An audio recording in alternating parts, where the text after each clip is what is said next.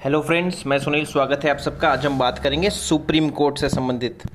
देखिए, supreme court सर्वोच्च न्यायालय की अगर हम बात करें तो इससे पहले हमने जो महत्वपूर्ण अनुच्छेद थे ना वो सारे पढ़ लिए हैं और अपने को अगर आपको देखना है तो प्लेलिस्ट में आपको मिल जाएंगे, ठीक है। और आज हम क्या पढ़ेंगे, आज इसके अन्य महत्वपूर्ण जो प्रावधान है ना उनके बारे में हम देखेंगे।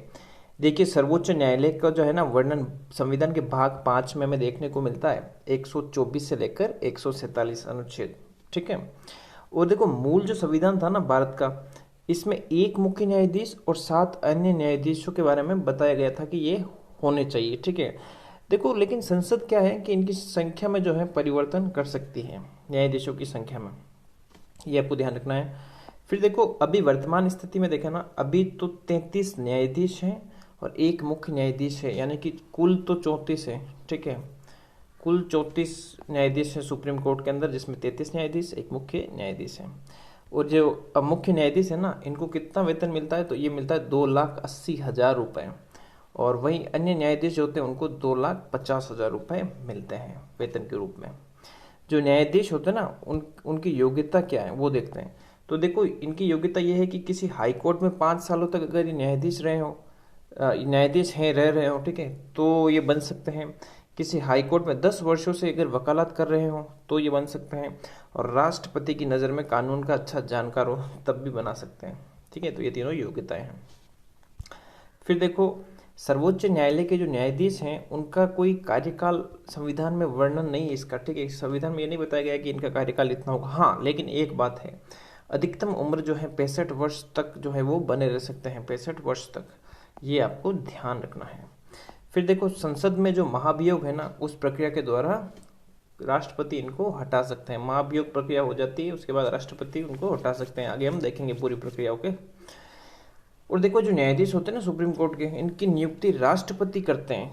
किसकी? कॉलेजियम की सहायता से करते हैं राष्ट्रपति, ओके। कॉलेजियम क्या होता है? एक मुख्य न्यायाधीश होते हैं और 4 अन्य न्यायाधीश होते हैं, ठीक है। ये 5 न्यायाधीश का एक कॉलेजियम बनता है। मुख्य न्यायाधीश की नियुक्ति जो होती है ना उसका उल्लेख संविधान में नहीं है कि किसे मुख्य न्यायाधीश बनाया जाएगा, लेकिन एक परंपरा है कि जो वरिष्ठ न्यायाधीश होते हैं ना उनको बनाया जाता है। फिर देखो, ये कुछ फैक्ट हैं आपको ध्यान रखना है। जो वाई.वी. चंद्रचूड़ रहे थे सुप्रीम कोर्ट के मुख्य न्यायाधीश, ठीक है, तो ये सबसे लंबे समय तक सुप्रीम कोर्ट में मुख्य न्यायाधीश रहे थे, वाई.वी. चंद्रचूड़। और सबसे कम टाइम तक कौन रहे थे? कमल नारायण सिंह। इनका कार्यकाल सबसे कम था, कमल नारायण सिंह का, ठीक है। सबसे अधिक तो वाई.वी. चंद्रचूड़, सबसे कम कमल नारायण सिंह, ओके। देखो, एक अपने मुख्य न्यायाधीश ऐसे भी हुए जो राष्ट्रपति रहे हैं, वो है मोहम्मद हिदायतुल्ला, ठीक है, हिदायतुल्ला, ओके। सुप्रीम कोर्ट में अभी तक कोई भी मुख्य न्यायाधीश महिला बनी ही नहीं है अभी तक, केवल न्यायाधीश बनी है जो कि है फातिमा बीवी। उनका नाम क्या है? फातिमा बीवी। अब हम देखते हैं न्यायाधीशों को हटाने की प्रोसेस। देखो, न्यायाधीशों को कैसे हटाया जाएगा, तो इनको कदाचार और अक्षमता के आधार पर हटा सकते हैं।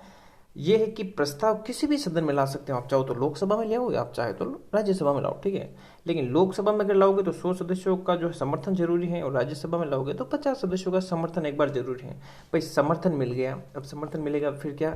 फिर देखो, बहुमत से पास होना चाहिए अलग अलग दोनों सदनों में। कितना बहुमत? 2:3 में, ठीक है, 2/3 में, ठीक है। ये बहुमत अगर पारित हो जाएगा तब राष्ट्रपति क्या करेंगे? राष्ट्रपति जो है अपने हस्ताक्षर करके उनको पद से हटा देंगे। तो ये था सर्वोच्च न्यायालय से संबंधित सभी महत्वपूर्ण प्रावधान हमने देखे हैं। अगर आपको ये वीडियो अच्छा लगे तो उसको अधिक से अधिक शेयर करेगा। कोई भी डाउट हो तो कमेंट करेगा। चैनल को सब्सक्राइब करना बिल्कुल ना भूले। धन्यवाद।